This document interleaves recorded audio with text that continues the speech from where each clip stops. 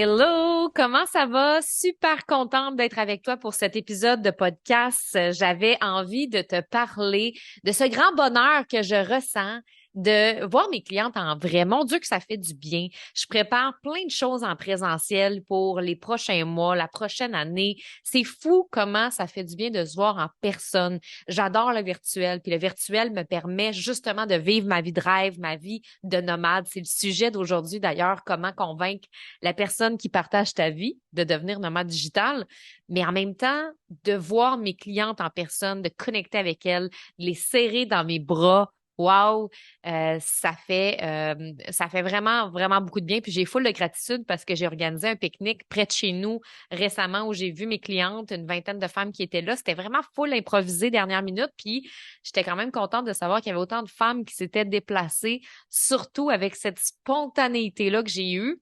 Et pour les filles de l'Europe, sachez que je m'en viens. Donc, le 16 octobre prochain, je vais être au théâtre Le Mélo d'Amélie pour une conférence. Ça va être à 15 heures un dimanche. Après, tu es invité à un cocktail avec moi. Si ça t'intéresse d'avoir des billets, c'est sûr que la priorité est à mes clientes flyées, mais sache que c'est possible quand même d'en obtenir présentement. Il y a un lien dans la description de mon podcast et la bonne nouvelle, c'est que c'est gratuit. Oui, c'est gratuit parce que j'ai envie de me faire connaître en Europe. Donc, si tu écoutes mon podcast, tu es en Europe, je t'offre des billets gratuitement. Donc, c'est le temps d'en profiter là, parce que ça va peut-être être la dernière, la seule et unique fois et peut-être même la dernière fois que je vais faire une conférence là, complètement gratuite. Il y a 100 places de disponibles, donc tu peux aller dans la description pour prendre tes billets. Oh my God, j'ai hâte de vous voir les filles de l'Europe. Aujourd'hui, justement, parlant de voyage, parce que c'est dans 2 jours que je pars vers l'Europe, que je pars en Espagne, puis après que je me dirige vers la France, Paris, entre autres, pour cette conférence-là. Puis, j'avais envie de jaser de ce sujet-là qui va faire réagir, mais de comment convaincre la personne qui partage ta vie de devenir nomade digital. Je vais t'avouer quelque chose. Je suis un peu tannée de me faire dire que je suis chanceuse, que mon chum m'ait suivi dans mon entreprise. Je suis un peu tannée parce que oui, d'une certaine façon, c'est vrai que je suis chanceuse, mais j'ai jamais aimé me faire dire dans la vie que je suis chanceuse. Ça me fait réagir, ça m'active, puis je le sais très, très bien que les filles qui me disent ça ou les personnes qui me disent ça le font avec une intention qui est souvent positive. Parce que c'est comme une excitation. Hey, j'aimerais ça, moi aussi, pouvoir le faire. J'aimerais ça que ce soit facile avec mon conjoint. J'aimerais ça que ce soit la même chose avec mon mari. Et je comprends l'intention qu'il y a en arrière, là. Je le sais que l'intention est bonne, positive, mais moi, ça me gosse. Ça me gosse parce que je le sais que c'est un processus, tout ça. Que ça n'a pas été si facile, que je ne suis pas chanceuse, mais qu'il s'est passé des choses précises pour que aujourd'hui ça se passe puis que ça arrive.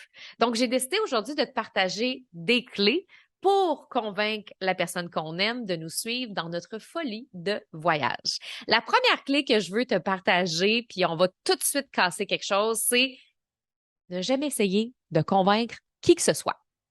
Je le sais que c'était ça le titre de mon podcast. Tu le sais que j'aime ça, attirer, accrocher les gens avec des titres qui vont venir les rejoindre. Pourquoi j'ai pris ce titre-là? Parce que on me pose cette question-là souvent. Des fois, la blague, mais avec un fond de vérité. Hey, comment t'as convaincu ton chum de travailler avec toi? Fait que même si c'est à la blague, je le sens, le fond de vérité là, en arrière. Là. Donc, puis aussi parce que j'ai essayé moi-même de convaincre mon chum, puis mes chums dans le passé aussi. Fait que je me suis dit, on va partir de là. Mais la clé numéro 1, c'est justement de jamais essayer de convaincre qui que ce soit, ça fonctionne pas. Mais quand j'étais plus jeune, j'étais dans cette vibe-là. Je cumulais les relations amoureuses, puis les ruptures aussi en même temps, parce que j'essayais de convaincre mes chums de voyager avec moi. Puis, tu sais, à la base, les gars que je rencontrais aimaient quand même voyager. Il y en a que non, mais tu sais, j'ai appris avec le temps que plus j'embarquais dans mes relations, plus c'est important qu'il y ait au moins une certaine mini-fibre de voyage. Mais tu sais, mon premier chum, il avait jamais voyagé de sa vie. J'essayais de le convaincre, c'était pas évident. Là, c'est sûr qu'à un moment donné, j'ai compris qu'il va falloir qu'il aime au moins un petit peu ça, le voyage, tu sais. Puis, c'est vraiment dans des chicanes que je me suis embarquée avec ces gars-là dans le temps parce que j'essayais de les convaincre de partir 3 mois. Viens-t'en, on va aller 6 mois au Pérou, on va aller là, puis ça va être le fun, puis on va faire le tour du monde. Puis là, moi, j'étais tellement passionnée dans ma voix du cœur, puis je voulais donc bien partir. Mais à quelque part, j'étais beaucoup dans mon énergie masculine, à essayer de convaincre l'autre avec mes 1001 arguments, puis des arguments, j'en avais parce que c'était tellement important pour moi que des arguments, j'en avais. Et là, j'avais l'air de faire un pitch de politicienne à mes conjoints du moment. Puis, je te cacherai pas qu'avec du recul, je suis capable de dire que c'était centré beaucoup sur mon ego puis mes avantages personnels. Je veux prouver que je suis capable de convaincre ce gars-là. Puis, je veux aussi, moi, partir parce que c'est important pour moi de partir avec mon amoureux. Puis, tu sais, je me fous un peu de ses besoins. Là, je le sais, là, qu'à quelque part, euh, j'étais plus jeune. Fait que, tu sais, en étant plus jeune, j'étais beaucoup noir ou blanc, là. Tu pars pas. Si tu pars pas, ben, on n'est plus ensemble. Fait que c'était beaucoup ça quand j'étais plus jeune. J'essayais tellement de convaincre l'autre que, sais-tu ce que ça a fait? Ça a créé l'effet contraire de ce que je souhaitais réellement. Ce que je souhaitais réellement, dans le fond, là, c'est de partager des moments de bonheur avec mon conjoint dans un autre pays, puis développer cette passion-là commune. C'était ça que je voulais vraiment au plus profond de moi-même. Sauf que j'essayais tellement de convaincre l'autre que je finissais par la repousser énergétiquement. Si, par exemple, tu essaies de convaincre quelqu'un de manger épicé puis que cette personne-là mange pas épicé, ça, c'est toujours drôle. C'est toujours le genre de conversation qu'on a avec des amis parce que mon chum mange hyper épicé. Moi, je l'appelle le sadomasochiste de l'épicé dans le sens que lui, il arrive dans des pays comme le Mexique puis il veut le piment le plus fort. Puis là, des fois, les Mexicains le regardent ou les gens d'autres pays le regardent en voulant dire Are you really sure you want that? Et là, il est comme Yes, tu sais. Puis des fois, il trouve ça vraiment épicé. Mais tout ça pour dire que, tu sais, il y a des gens qui adorent l'épicé, il y a des gens qui aiment pas l'épicé. Si moi, j'essaie de convaincre quelqu'un de manger épicé, puis j'arrête pas de dire Hey, goûte à cette sauce-là. Cette sauce-là est tellement bonne, puis mon chum l'adore, puis goûte, goûte, goûte. Et là, la personne est comme Hey, je suis désolée, mais moi, je mange pas épicé, tu sais. Ah ouais, elle est tellement, tellement bonne. Ouais, je comprends, mais c'est parce que moi, je trippe pas tant l'épicé. Ah ouais, hey, c'est une des meilleures sauces que j'ai mangées de ma vie. Fait que même si je suis convaincante, puis que moi, je trippe sur ma sauce, ben la personne, elle m'a quand même dit non 3 fois. Puis là, finalement, peut-être qu'elle va dire, OK, je vais y goûter à ta sauce. Puis là, elle va y goûter. Puis là, après, moi, je pis. Ben, je trippe pas tant, j'aime pas ça, l'épicé. Ah, OK. Ben, tu sais, c'est un peu le même effet qu'on crée quand on essaie de convaincre quelqu'un de faire quelque chose qui lui plaît pas, quand on essaie de convaincre notre chum de voyager alors qu'il nous a dit non. Non, ça me tente pas. Non, je veux rester à la maison. Tu sais, c'est non.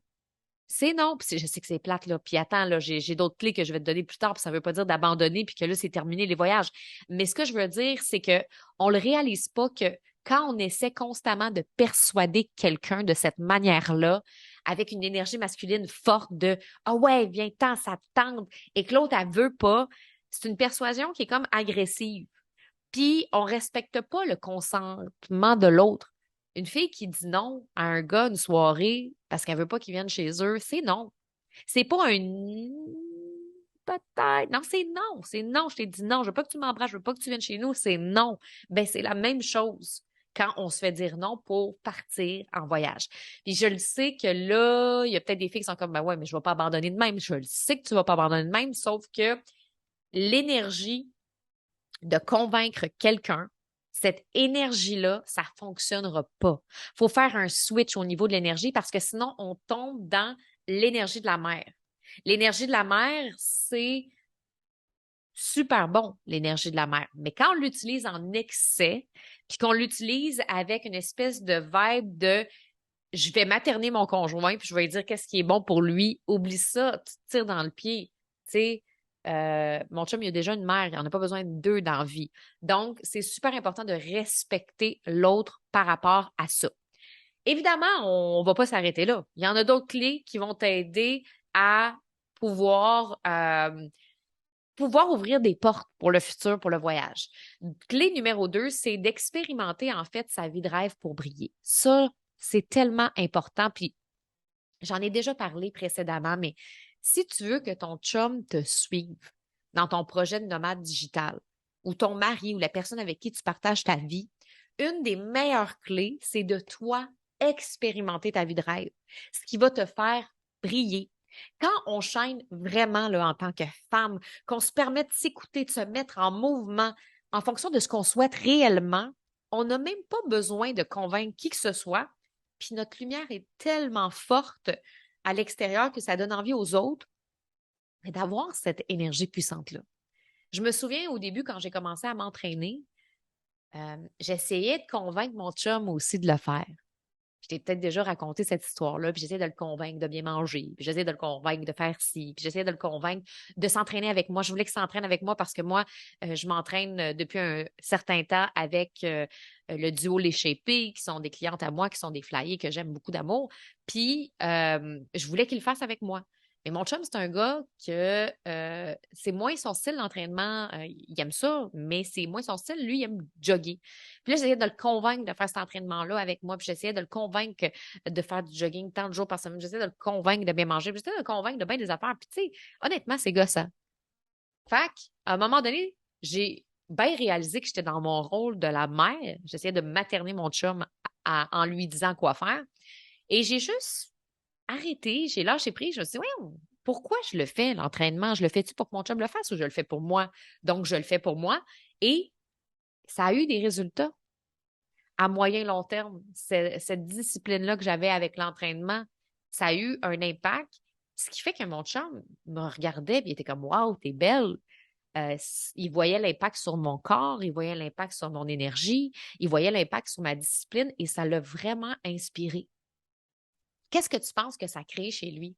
Ça lui a donné envie, lui aussi, de se mettre en mouvement, de s'entraîner. Et là, il s'est mis à vouloir faire plus de jogging parce que c'est venu de lui. Et quand ça vient de l'autre, la motivation est toujours plus grande. C'est comme si en lâchant prise sur j'aimerais que tu fasses ceci, que tu penses ça, ben c'est là que la personne a se met à le faire puis à le penser, tu sais. C'est comme si ça se passe quand nous, on le vit, quand nous, on l'incarne. Parce que en crissant la paix à mon chum, ce que ça a permis, c'est de me concentrer sur mes désirs à moi. Puis ça m'a donné un power qui est tellement fort que ça l'a allumé.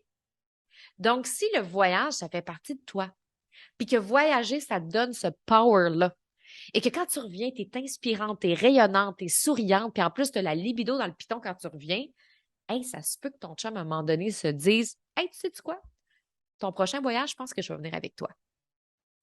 Parce qu'il n'y a rien de plus sexy pour un homme qu'une femme qui incarne son énergie féminine puis une posture solide. Et c'est justement ce que une femme me disait récemment. Une femme qui a été une de mes clientes, elle me disait, tu sais, Steph, moi, j'aime voyager depuis longtemps. Puis souvent, je pars toute seule. Puis là, l'autre fois, j'ai parlé. Mon chum, tu sais, il est tellement habitué de me voir revenir rayonnante puis tout ça qu'il a décidé qu'il venait avec moi, tu sais. Fait qu'incarner ce qu'on veut. La pire erreur là, que je vois chez les femmes qui veulent voyager, c'est qu'elles attendent que leur chum veuille voyager avec elles. Oubliez ça, mesdames.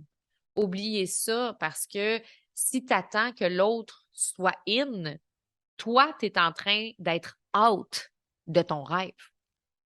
Donc, c'est important de ne pas attendre après les autres pour se réaliser. Est-ce que ça ne veut pas dire que on n'aura pas certains compromis ou quoi que ce soit? C'est pas ça, là. Tu sais, dans le sens que peut-être que si ton chum ne veut pas voyager avec toi, tu iras peut-être pas 6 mois en voyage. Peut-être que tu vas y aller juste une semaine, peut-être que tu vas aller dans un tout inclus avec des amis, peut-être que tu vas te payer une retraite à l'extérieur, mais vas-y. Super important. C'est la meilleure façon qui fait que ton chum va embarquer à un moment donné. Clé numéro 3, accepter qu'on ne fera pas le tour du monde tout de suite. Ça, c'est important parce que j'ai toujours rêvé, moi, de rencontrer un gars qui veut faire le tour du monde avec moi. Dans mes débuts, quand je te parlais, que j'essayais de les convaincre de faire le tour du monde, tu sais. Moi, là, j'étais la fille qui rêvait d'avoir mon prince des Caraïbes. Il y a des filles qui rêvent d'avoir un prince charmant dans leur vie. Moi, c'était un prince des Caraïbes. Et le prince des Caraïbes, là, ça, c'est celui qui me joue dans les cheveux en me disant, chérie, je ferai l'amour avec toi sur un voilier 365 jours par année.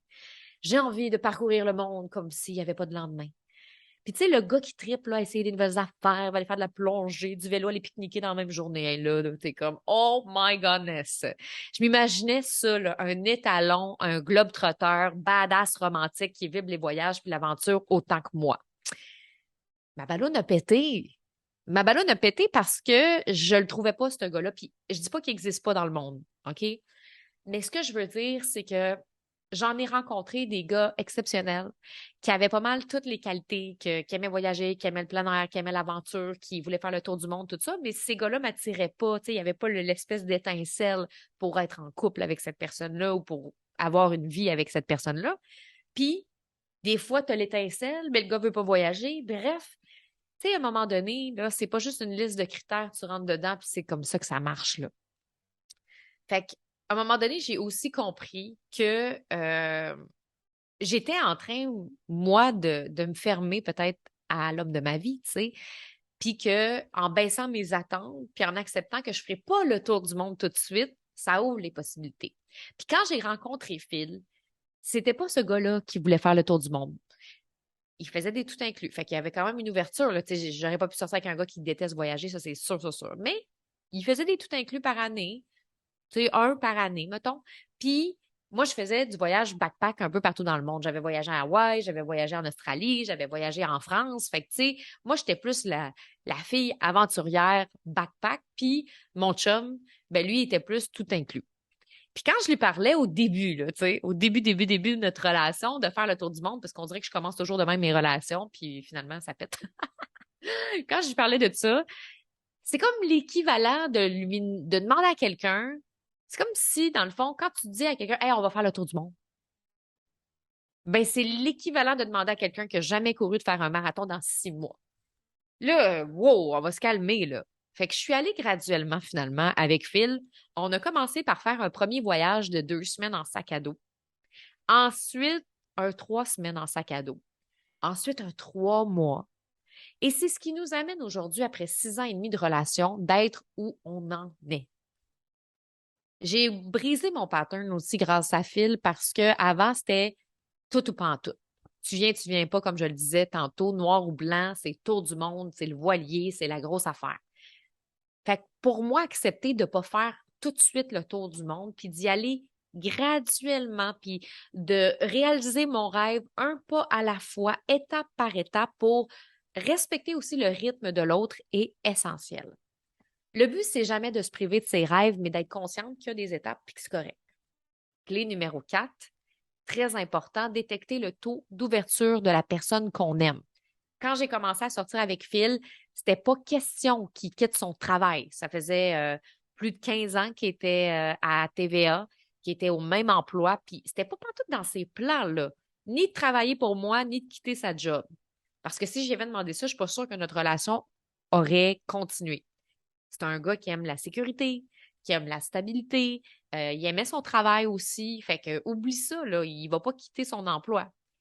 Mais par contre, il y avait quelque chose que j'avais pas retrouvé sur tous les hommes que j'avais eus avant. Il y avait 2 qualités qui ont toujours eu un grand impact dans notre relation. C'est sûr que la communication est là, mais ça a beaucoup été l'ouverture puis la curiosité. Si on est avec quelqu'un qui a un taux d'ouverture élevé, ça fait partie des traits de personnalité d'une personne. Quand quelqu'un a un taux d'ouverture élevé, il y a beaucoup plus de chances que la personne finisse par céder ou embarquer dans nos projets ou dire oui à quelque chose qui nous tient à cœur. Parce que les gens qui ont un taux d'ouverture élevé, c'est des personnes qui ont à cœur le bonheur des autres, les besoins des gens. Puis, ce qui est important aussi, c'est de respecter leur rythme. Ils sont ouverts, mais ont besoin d'explorer des fois les possibilités, de voir est-ce qu'ils aiment ça, puis c'est correct. Et justement, Phil, c'est un gars qui a toujours été ouvert. Fait que quand je lui ai dit on part-tu en pack-sac, OK. Mais si j'y avais dit on part-tu en pack-sac 6 mois, tu sais, il y a des limites à aller jouer sur le taux d'ouverture d'une personne, là, tu sais. Fait que oui, il était d'accord pour remplacer son 1 semaine de tout inclus par année par un 1 semaine en pack-sac, puis après un 2 semaines, puis après un 3 semaines, graduellement, là. Oui, le taux d'ouverture de mon chum, il est grand, mais je ne demanderai pas de faire le grand écart. Tu sais, c'est important, ça aussi, à comprendre. Si on est avec quelqu'un, si on partage notre vie avec quelqu'un qui a un taux d'ouverture qui est faible, qui n'est pas ouvert aux nouvelles idées puis aux nouvelles expériences, c'est sûr que ça va être plus difficile. C'est sûr que le taux de difficulté va être plus grand. C'est sûr que moi, dans mes relations, surtout dans les dernières années, je me suis assurée que les gens qui m'entourent aient un taux d'ouverture qui est assez haut. J'ai beaucoup de difficultés avec le contraire. En fait, ça ne fonctionne pas avec mon style de personnalité à moi. Moi, j'ai besoin des gens qui sont ouverts d'esprit, des gens qui sont curieux. Toutes les personnes de mon entourage qui ont un taux d'ouverture faible ont été malheureusement rayées de ma vie. Puis là, je te dis pas de faire un gros ménage, mais en même temps, le ménage, des fois, est nécessaire. Puis là, je suis pas en train non plus de dire de laisser ton conjoint. Je fais juste te dire que c'est sûr que plus le taux d'ouverture d'une personne est grand, ben plus il y a une possibilité que ça fonctionne dans la relation à moyen long terme, puis que les projets finissent par se combiner puis fonctionner, tu sais. Fait que ça, c'est sûr, sûr, sûr, sûr, sûr. Fait que moi, j'ai besoin d'amis, j'ai besoin de relations autour de moi où les gens sont ouverts d'esprit. Fait que ça, c'est vraiment, vraiment important. Puis pour moi, la mentalité noire ou blanc, ça n'a jamais vraiment fonctionné. Ça crée des clashs, ça faisait ressortir le pire de moi. Quelqu'un qui est dans une mentalité noire ou blanc, là, je ressors là, la rage féroce que j'ai en moi, j'ai bien, bien de la misère. Phil, c'est un gars qui est intéressé par les gens, par les autres, par les styles de vie différents, puis il aime essayer des nouvelles choses. Puis ça ne veut pas dire qu'il va tout aimer ce qu'il va essayer, mais au moins il va essayer. C'est quelqu'un aussi qui, des fois, tu sais, en fonction de ses croyances, va dire ah, je sais pas, je pense que j'essaierai pas ça. Mais des fois, en écoutant ceux qui l'ont vécu, vu qu'il aime beaucoup les gens, ça va changer puis teinter sa perception. Puis garde, je vais être ouvert à l'essayer la prochaine fois. Fait que si la personne avec qui tu es est ouverte d'esprit, a une qualité de curiosité, les chances sont grandes que si elle t'aime vraiment puis qu'elle accepte et que toi, tu acceptes de permettre à l'autre de respecter son rythme, ça risque de marcher. Mais des fois, le problème, c'est qu'on essaye trop d'aller vite. Puis je le sais, tu sais, moi, j'ai un tempérament où est-ce que, tu sais, je peux facilement essayer par ma passion de convaincre l'autre parce que je suis passionnée. Puis je suis comme, ah ouais, comment, non, non, non. Maintenant, je connais Phil, je connais ma personnalité, je connais sa personnalité, je le sais qu'il n'y a pas de stress, qu'il n'y a pas de presse, puis que je veux pas aller vite non plus. Je veux pas aller vite dans le processus, je veux le respecter là-dedans. Puis c'est le fun parce que maintenant, notre communication est tellement bonne que ben c'est lui des fois qui vient vers moi, puis c'est Phil qui voulait vendre notre maison, tu sais. À un moment donné, c'est comme si on inverse les rôles dans certaines situations. Clé numéro 5, une des plus importantes, c'est de cumuler les conversations avec la voix du cœur. Pour moi, vivre la vie de nomade que j'ai présentement avec Phil, c'est une succession de conversations et de communications avec ma voix du cœur. C'est pas juste une conversation d'une seule fois qui est définitive. C'est ça qui est ça, merci, bonsoir. Tu sais, quand je te parlais dans la clé 1 que non, c'est non, ben non, c'est non pour là. Ça ne veut pas dire que ça va être non pour toujours, mais là où on veut faire attention, c'est l'énergie d'essayer de convaincre l'autre. Mais si on était à l'écoute de l'autre, puis qu'on écoute vraiment les besoins, on peut avoir des conversations riches, des échanges où on partage avec notre cœur, nos désirs, nos rêves et nos envies. Et c'est ce que j'ai fait avec Phil. J'ai un peu cassé le pattern d'essayer de te convaincre avec des arguments de politicienne, puis plutôt, je te dis pourquoi j'ai envie de ça. Qu'est-ce qui me fait vibrer? J'y ai raconté aussi certaines histoires en lien avec mon père qui avait voyagé partout dans le monde avec son pack-sac, qui est allé aux Bahamas, il a vécu aux États-Unis, que c'est important pour moi d'aller reconnecter avec certains endroits. J'y ai parlé de moi quand j'étais jeune, tu sais je lui ai comme expliqué l'émotion en arrière, le pourquoi j'avais envie de ça, pourquoi c'est important pour moi, mais j'ai besoin de comprendre son pourquoi à lui. Pourquoi lui, il a peut-être moins envie ou peut-être pourquoi il a envie d'y aller pas longtemps. Ou, tu sais, Phil, au début, c'était pas 3 mois, là, c'était comme 2 semaines. Moi, 2 semaines, c'était pas assez pour moi, mais en même temps, je voulais le respecter là-dedans. Une question qui peut t'aider pour savoir aussi l'ouverture, puis savoir si c'est possible, tu peux poser à ton chum la question, si demain matin on gagnait 1 million de dollars à la loterie, est-ce que tu partirais avec moi en voyage 3 mois ou 6 mois ou un an ou peu importe? Si la réponse est oui, c'est qu'il y a un chemin qui est déjà en train de se créer. C'est important d'écouter, comme je disais, les rêves, les désirs, les peurs de l'autre, les contraintes et les limitations. Si on a juste des communications de surface, on y va-tu, là, ça me tente, moi c'est important pour moi, mais qu'on ne va pas dans les communications profondes, ça va être plus difficile. Donc, c'est important d'avoir des communications profondes pour aller au fond de chaque élément qui peut freiner ou accélérer ce genre de vie-là. Là, clairement, si moi je pose la question à mon chum, puis ça, j'y avais déjà posé cette question-là, si demain matin on était riche, est-ce que tu viendrais? Ben oui. OK. Fait que t'es ouvert. Ben oui. C'est juste que lui, pour lui, la stabilité financière, avoir un emploi stable, avoir une structure, avoir un plan précis, c'est quelque chose d'important. Alors que moi, je suis plus go with the flow. Moi, j'aurais pu, tu sais, je le dis souvent, mais tu sais, moi, là, pour vrai, je pourrais vraiment vivre avec mon baluchon puis une coupe de mangue, puis je serais bien, là, tu sais. Je suis bien là aujourd'hui d'avoir les ressources financières puis l'abondance qui me permet de faire des voyages extraordinaires puis d'être dans des lieux extraordinaires. Puis je le dis souvent que pour moi, l'abondance, c'est aussi la sécurité, d'être dans des endroits où je me sens en sécurité. Tu sais, combien d'amis à moi qui ont pas nécessairement l'argent puis qui voyagent à bas prix puis que là, ils se font voler leurs affaires ou qu'ils vivent des trucs rocambolesques parce que c'est ça, tu sais, ils prennent une maison à 400 pièces par mois. Moi, j'en prends une à 8 000 par mois. Tu sais, c'est sûr que on n'est pas dans le même level de sécurité, là, tu sais. Ben moi, ça, c'est une des raisons pourquoi j'aime l'abondance. J'aime ça pour ça aussi, pour me sécuriser. Donc, je suis contente de vivre ça, mais je serais aussi bien dans cette maison-là à 400 $ à manger mes petites mangues. Je serais bien, je serais super bien parce que j'ai voyagé comme ça quand j'étais jeune. Puis, j'aime ça. Mais tout ça pour dire que ce côté-là de moi qui s'en fout un peu de l'argent, puis qui est comme go with the flow, puis on vit d'amour et d'eau fraîche, ben ça parlait moins, mettons, à mon chum. Ça y parlait moins. Donc, c'est correct aussi. C'est correct aussi. Puis, il a fallu qu'on en parle de ça. Il a fallu qu'on parle de la sécurité financière, de comment c'était possible de vivre cette vie-là tout en étant capable de répondre à mon besoin de liberté, mais le besoin aussi de sécurité à Phil.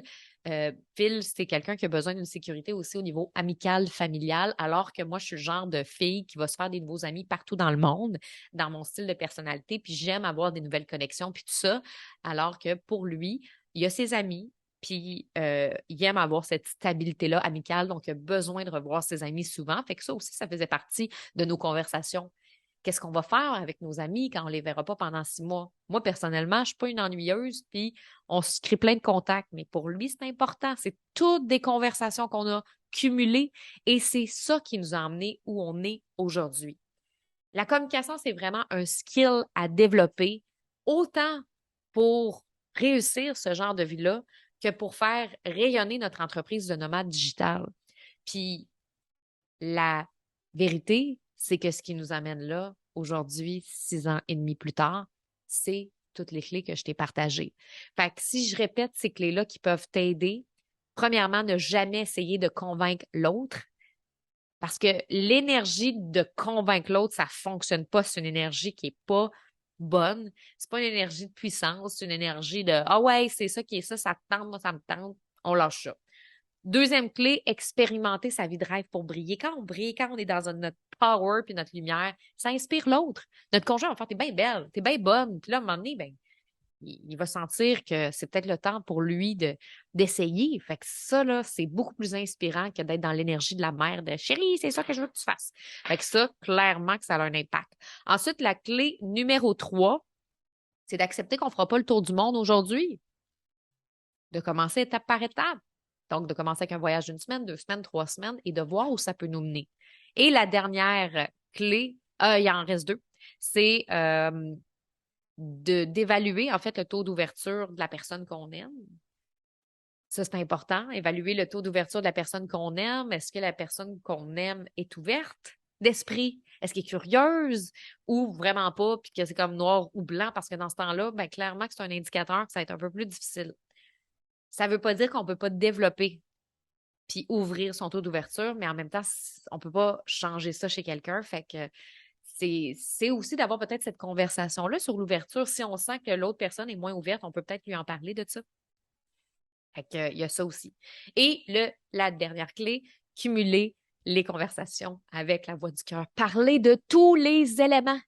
L'argent, la liberté, la famille, les enfants. Si vous avez des enfants, c'est un autre challenge de plus. Les enfants, la famille, l'argent, comment on va faire ça? Parler de tout en profondeur, ça va faire toute la différence.